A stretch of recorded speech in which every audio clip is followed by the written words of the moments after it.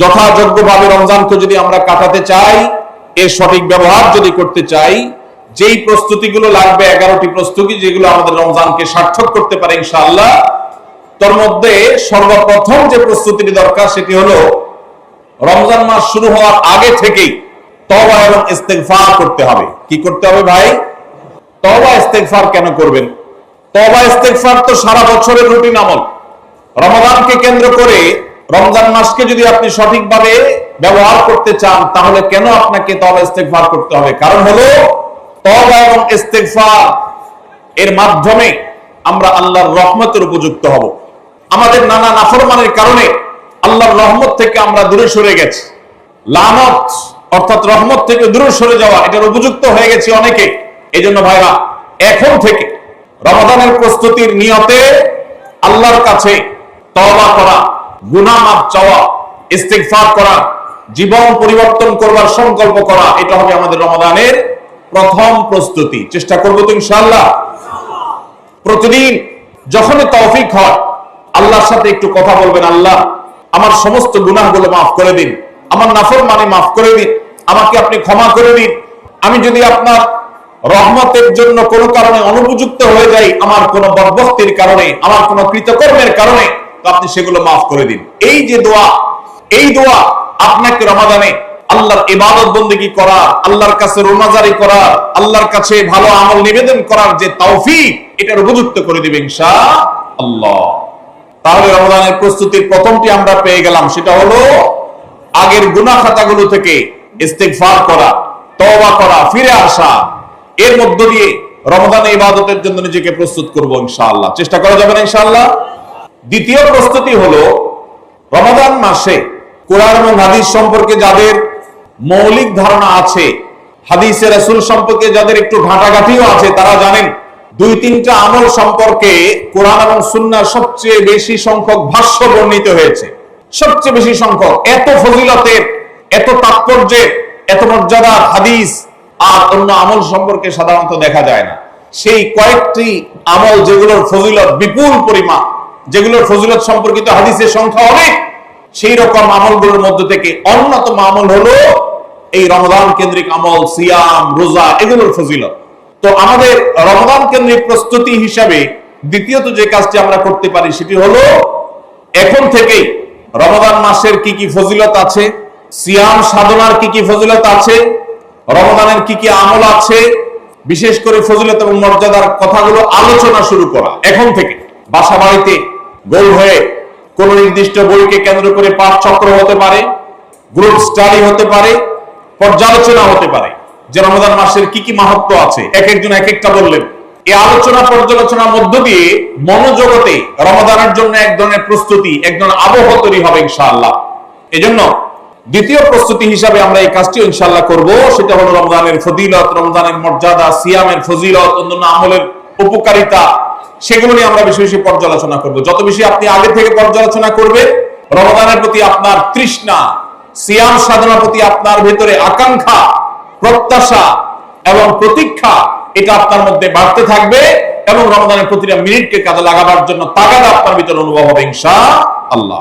তৃতীয় প্রস্তুতি হলো আমাদেরকে প্রতিজ্ঞা করতে হবে এই রমাদানে আমরা নেক আমল করবই করব এবং কোন আমল, কোন ভালো কাজ, কোন সুন্নাহ এটা করার ব্যাপারে কোন প্রকার অলসতা করব না। কারণ ভাইরা আমার, রমজান মাস পেয়েও যদি আল্লাহর কাছে কেউ ক্ষমা না পায়, একটা প্রসিদ্ধ হাদিস আপনারা সবাই কম বেশি শুনেছেন যে নবী সাল্লাল্লাহু আলাইহি ওয়াসাল্লামের কাছে জিবরিল এসে বলেছেন, বাউদা মান আদরাকা রমাদান ফালাম ইউগফার লাহ, যে ব্যক্তি রমজান পেয়েছে অথচ রমজানের এই বিশাল সুবর্ণ সুযোগকে কাজে লাগিয়ে সে তার জীবনের সব গুনাহগুলো মাফ করাতে পারে নাই, সে আল্লাহর কাছ থেকে মাগফিরাত আদায় করে নিতে পারে নাই, সে জাহান্নাম থেকে মুক্ত এই ঘোষণা সে আদায় করতে পারে নাই, অথচ সে রমজান মাস পেয়েছে, এর চাইতে হতভাগা আর কে হতে পারে? তা সে ধ্বংস হোক, এই বদদুআয় নবী সাল্লাল্লাহু আলাইহি সাল্লাম আমিন বলে সমর্থন জানিয়েছেন, সায় দিয়েছেন। এজন্য ভাইরা, রমজান মাস এসেছে কিন্তু আমল ইবাদত হয় নাই, রমজান মাস এসেছে আবার চলে গেছে কিন্তু আমার গুনাহ আল্লাহর কাছ থেকে মাফ করাতে পেরেছি বলে আমার বুক সাড়া দেয় না। তাহলে এর চেয়ে বড় হতভাগা, এর চেয়ে বড় কপাল পড়ার কেউ হতে পারে না। রমজানের আমল ইবাদত, রমজানের নেক আমল, রমজানের দোয়া, রমজান মাসের চোখের পানি ফেলা, এটা ভাইরা শুধুমাত্র নিজের প্রেরণার জায়গা থেকে শুধুমাত্র সওয়াব আহরণের জন্যই নয়। এটা যদি না করি তাহলে জিবরিলের বদদোয়া, নবীজি সাল্লাল্লাহু আলাইহি সাল্লামের বদদোয়া, আল্লাহর পক্ষ থেকে ধ্বংস হওয়ার পরোয়ানা, এগুলো অনিবার্য হয়ে যাবে। এই কথা চিন্তা করে এখন থেকে রমজান কেন্দ্রিক প্রস্তুতির অংশ হিসাবে আমাদেরকে প্রতিজ্ঞা করতে হবে, এইবারে রমজানের প্রতিটা দিন আমি আল্লাহর কাছে চোখের পানি ফেলে একটা নির্দিষ্ট সময় কান্নাকাটি করব, আমার গুনাহ খাতাগুলোকে মাফ করাবো।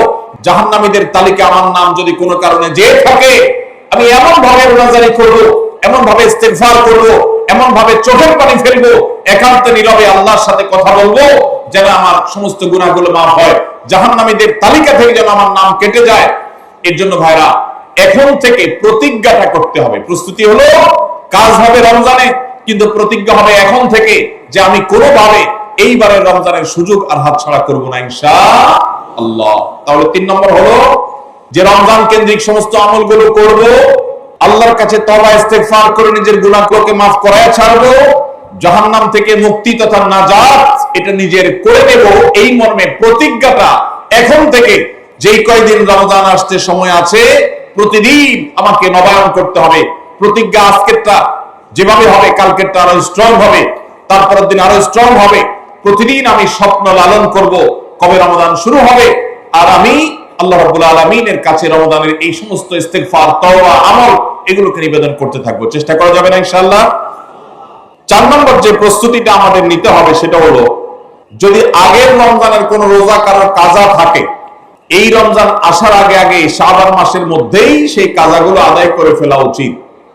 আম্মা জান আয়েশা রাদিয়াল্লাহু তাআলা আনহা বলেছেন, নারী হিসাবে রমজান মাসে যে কয়েকটা রোজা ভাঙতি পড়ে, নবীজি সাল্লাল্লাহু আলাইহি সাল্লাম রমজান পরে পুরো সময়টা তার কাছে থাকার কারণে তিনি সেই রোজাগুলো রাখার সুযোগ সেভাবে পেতেন না। স্বামীর হকের কথা মাথায় রেখে রোজাগুলো রাখতেন না।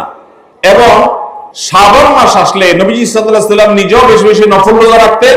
মা আয়েশা রাদিয়াল্লাহু তাআলা আনহা বলেছেন যে তিনিও তার রমজানের বাকি রোজা যেগুলো ছিল ভাঙতি রোজা, সেগুলো তিনি রেখে ফেলতেন। এই হাদিস থেকে বোঝা যায় রমজানের রোজা যদি কারোর কাজা হয়, পুরুষদের অসুস্থতার কারণে হতে পারে, মা বোনদের মাসিকার কারণে হতে পারে, তাহলে সেই রোজা যত দ্রুত সম্ভব আমরা কাজা করে ফেলবো।